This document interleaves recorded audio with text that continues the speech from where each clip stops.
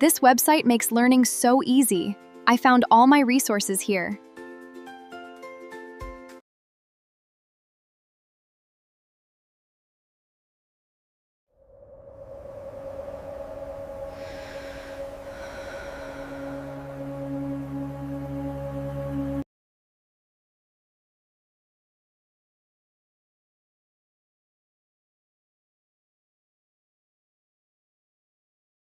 The axial skeleton includes the skull. The neurocranium houses and protects the brain. It's made of 8 bones, including the frontal and parietal. They are joined by immovable joints called sutures. The axial skeleton includes the head and neck. The neurocranium forms the protective cranial vault. It consists of 8 bones: the frontal, parietal, temporal, occipital, sphenoid, and ethmoid. The neurocranium, protective housing for the brain, is divided into the calvaria and skull base. The base serves as a highly complex platform. The frontal bone is a seamless midline structure. It articulates with the parietal bones. Within its diploe, it contains the frontal sinuses. The parietal bones form most of the cranial vault's walls. The parietal eminence is a common site of fracture. Superiorly, transmits a venous conduit, connecting scalp veins to the superior sagittal sinus. The occipital bone forms the posterior calvaria. On its external surface, the external occipital protuberance. The base of the bone is dominated by the foramen magnum, flanked by the paired occipital condyles. The temporal bones are complex structures at the sides of the skull. They house the organs of hearing and balance. Each bone has 5 distinct portions: mastoid, zygomatic, and petrous segments. The squamous portion is a thin plate forming the lateral wall of the middle cranial fossa, temporalis fascia, and projecting the zygomatic process to form the posterior aspect of the zygomatic arch. The tympanic portion is a curved bony plate. Medially, it features the tympanic sulcus. The lateral wall contains the tympanic membrane. Pars flaccida is in the notch, pars tensa in the ring. The petrous portion is a dense, pyramid-shaped ridge. It separates the middle and posterior cranial fossae. It houses the inner ear structures. Its posterior surface contains the internal acoustic meatus. The medial wall includes the promontory and windows. The tegmen tympani forms the roof. The anterior wall features the eustachian tube. The posterior wall contains the pyramidal eminence.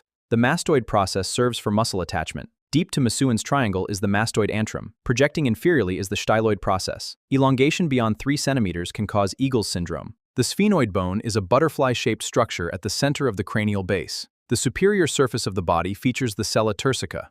The lateral surface of the body presents the carotid groove. The sphenoid contains several intrinsic ligaments. The lesser wings project, forming the optic canal. Greater wings present 5 distinct surfaces and 4 articulating margins. Pterygoid processes project down, splitting into medial and lateral plates. Along the fusion line lies the pterygoid canal. Anteromedial to the foramen oval is the foramen of Vesalius. The ethmoid bone is a dedicated, cuboidal bone. The crista galli projects superiorly from the cribriform plate. Its perpendicular plate forms the upper nasal septum. The ethmoid's paper-thin lamina papyracea separates orbits from infection. Conchae create meatises to warm and filter air. The ostimplex houses key sinus ostia. It articulates with 13 bones. Sutures are immovable joints connecting the cranium. During birth, their flexibility allows plates to overlap. This molding facilitates passage through the birth canal. Postnatally, the sutures remain patent. This accommodates rapid brain expansion. By 5 years, 90% of skull growth is complete. These include the coronal, sagittal, lambdoid, and squamosal. The bregma is a key craniometric point. It forms the intersection of the coronal and sagittal sutures. In neonates, this area corresponds to the anterior fontanelle. It is vital for stereotactic neurosurgery. Lambda is the junction of the sagittal and lambdoid sutures. It articulates the occipital and both parietal bones. In neonates, this is the posterior fontanelle, closing by 3 months. The pterion is a critical anatomical landmark. In neonates, this corresponds to the sphenoidal fontanelle. Fracture here risks rupturing the middle meningeal artery, leading to a life-threatening epidural hematoma. Welcome to this session on craniometric points. The asterion marks the junction of 3 sutures. In neonates, it's the mastoid fontanelle. It guides surgical access to the posterior fossa. The embryo's neurocranium involves a complex coordination. Head mesenchyme is populated by 2 primary sources. The paraxial mesoderm gives rise to the posterior skull. This forms through endochondral ossification. Neural ectoderm undergoes EMT. This generates multipotent cranial neural crest cells, forming critical physiological boundaries, such as the coronal suture. Ossification proceeds via 2 pathways. Mesenchymal cells become osteoblasts. They lay down an osteoid matrix. This calcifies into trabecular bone. This forms the flat cranial bones. Conversely, endochondral ossification requires the initial formation of a hyaline cartilage model by chondroblasts to replace the cartilage.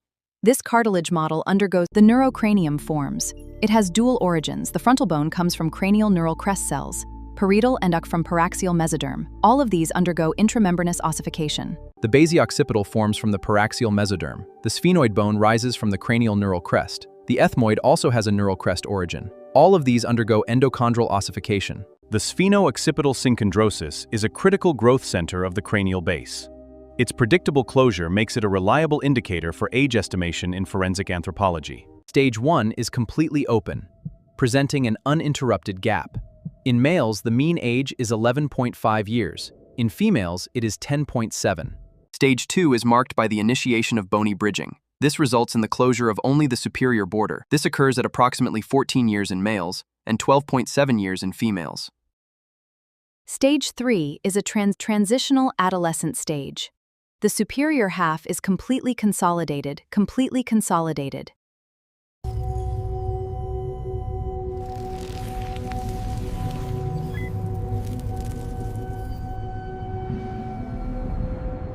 Stage 5. Complete fusion with obliteration. The fusion scar is completely obliterated. Continuous trabecular bone is established. This is typical in adults older than 20 years. Identifying a closed SOS suggests an individual is at least 16 to 18. However, significant biological variability exists. Caution is required when making absolute legal age determinations. Centered in the anterior cranial fossa lies the ethmoid bone. Its cribriform plate features small foramina, olfactory nerve bundle through these conduits. They target the mucous membrane of the nasal cavity. We are viewing the anterior cranial fossa.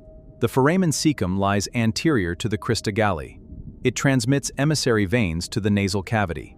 We are exploring the anterior cranial fossa, on the ethmoid bone. The anterior ethmoidal nerve and vessels pass through. They exit into the orbit and enter the nasal cavity to supply the nasal mucosa and skin. We are exploring the sphenoid bone. The optic canal is located here. It transmits the optic nerve and ophthalmic artery. These structures head directly to the eye orbit. Let's explore the superior orbital fissure. It transmits nerves 3, 4, 5, and 6, along with the superior ophthalmic vein, directly into the orbit. Viewing the middle cranial fossa of the sphenoid bone, we find the foramen rotundum. It transmits the maxillary nerve to the pterygopalatine fossa. Let's explore the sphenoid bone's foramen ovale. Situated in the middle cranial fossa, it transmits the mandibular nerve and the accessory meningeal artery to reach the infratemporal fossa. We are entering the middle cranial fossa. The foramen spinosum transmits structures. They target the infratemporal fossa. The greater petrosal nerve enters the middle cranial fossa. It passes through the pterygoid canal to its target. The carotid canal is a passage within the temporal bone. It transmits the internal carotid artery sympathetic nerves. These structures enter from the next carotid sheath. They proceed to the middle cranial fossa. Within the posterior cranial fossa, the internal acoustic meatus transmits key structures, including the facial and vestibulocochlear nerves, directly to the inner ear cavity. Located in the posterior fossa, the jugular foramen is a critical conduit. It transmits nerves 9, 10, and 11, along with the internal jugular vein, leading directly into the carotid sheath of the neck. Viewing the inferior skull base, we isolate the temporal bone. The stylomastoid foramen transmits the facial nerve, along with the stylomastoid artery. Reaching the parotid region, we begin inside the posterior cranial fossa. The hypoglossal nerve enters its dead canal. This conduit drills right through the occipital bone. Exiting externally, it enters the neck, reaching targets in the submandibular space. The foramen magnum is the largest foramen occipital bone. It transmits the medulla oblongata as it transitions into the spinal cord. Key structures like the vertebral arteries also pass through it. Entering the vertebral canal, Due to the rigid osseous margins of the skull base, any progressive lesion can lead to compression, resulting in severe deficits. the mandibular nerve occupies much of the foramen ovale. Tumor spread causes compression, leading to facial pain. This leads to atrophy of the masticator muscles. Complicate access to Meckel's cave. Jugular foramen syndrome involves cranial nerves 9, 10, and 11 deficits. Look for a sagging soft palate, hoarseness, and shoulder droop.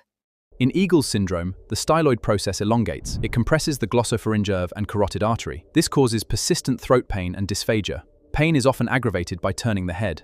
Craniosynostosis involves premature fusion. This restricts growth perpendicular to the suture. It produces the classic harlequin eye deformity. Notice the elevation of the orbital roof. Premature closure of the sagittal suture prevents lateral expansion of the vault. This produces an elongated, boat-shaped cranium. Premature suture closure forces the growing brain to expand toward open sutures, resulting in characteristic cranial deformities. Fusion of both coronal sutures prevents Premature coronal suture fusion restricts forward growth. This causes a flattened forehead and recessed brow on that side. The opposite side shows compensatory bossing. Premature closure of the metopic suture.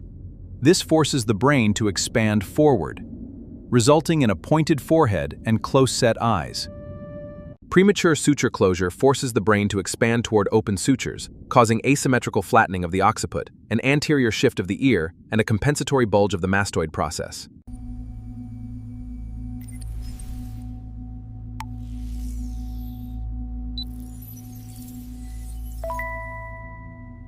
The harlequin eye sign is seen in coronal synostosis. Premature fusion pulls the sphenoid wing superolaterally. This produces the classic, vertically elongated orbit. Linear fractures are simple breaks. They can lacerate middle meningeal arteries. In infants, dural tears allow the membrane to herniate. Constant brain pulsation progressively widens the bone gap. Fractures are classified based on their structural pattern. Depressed fractures force bone fragments inward past the inner table. This carries a high risk of tearing the dura.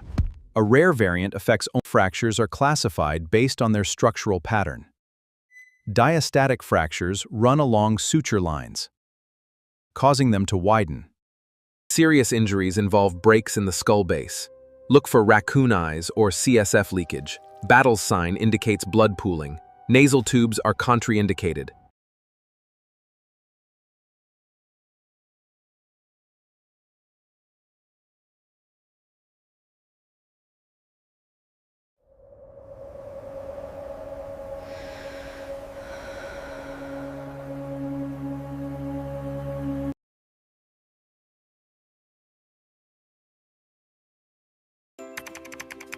This website makes learning so easy. I found all my resources here.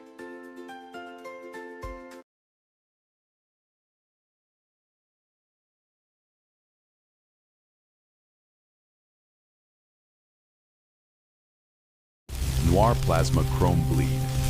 Unlocking knowledge, inspiring innovation, empowering curious minds.